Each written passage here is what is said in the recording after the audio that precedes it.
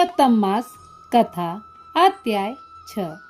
नारद जी बोले, हे पाप रहित, विष्णु भगवान ने गोलोक में जाकर क्या किया, सो कृपा करके मुझसे कहिए। श्री नारायण जी कहने लगे, हे नारद, श्री विष्णु भगवान अधिमास सहित गोलोक में गए तो वहाँ क्या हुआ, सो मैं तुमको सुनाता हूँ।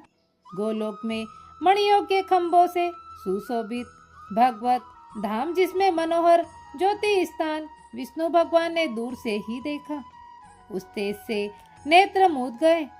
फिर अधिमास को भगवान पीछे करके कुछ थोड़े से नेत्र खोलकर धीरे धीरे आगे बढ़े। जब उस स्थान के पास पहुँचे तो अधिमास सहित श्री विष्णु बड़े प्रसन्न हुए। द्वारपाल ने इनको नमस्कार किया।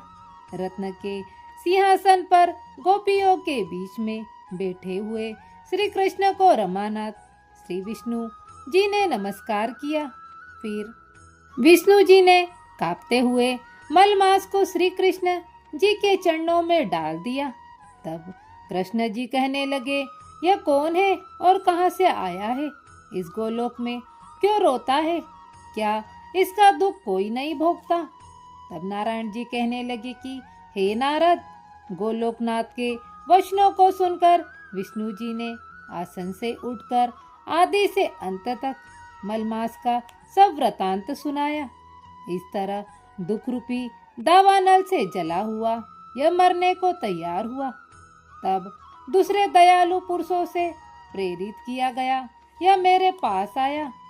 हे ऋषिकेश, मेरी शरण में आकर दुख जाल से घिरा हुआ बारंबार रोता हुआ और कांपता हुआ यह बात कहने लगा, इसके महादुख को आपके बिना कोई निवारण नहीं कर सकता।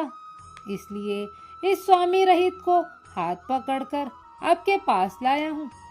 इस तरह विष्णु जी कहे हाथ जोड़कर कृष्ण जी के आगे खड़े हो गए। इतनी कथा सुनकर शौनक आदि ऋषि कहने लगे कि हे सूत जी, विष्णु जी और श्री कृष्ण जी का संवाद सब लोगों के लिए उपकार करने वाला है। गोलोकवासी कृष्ण ने क्या कहा और क्या किया, सो विस्तार पूर्वक कहिए।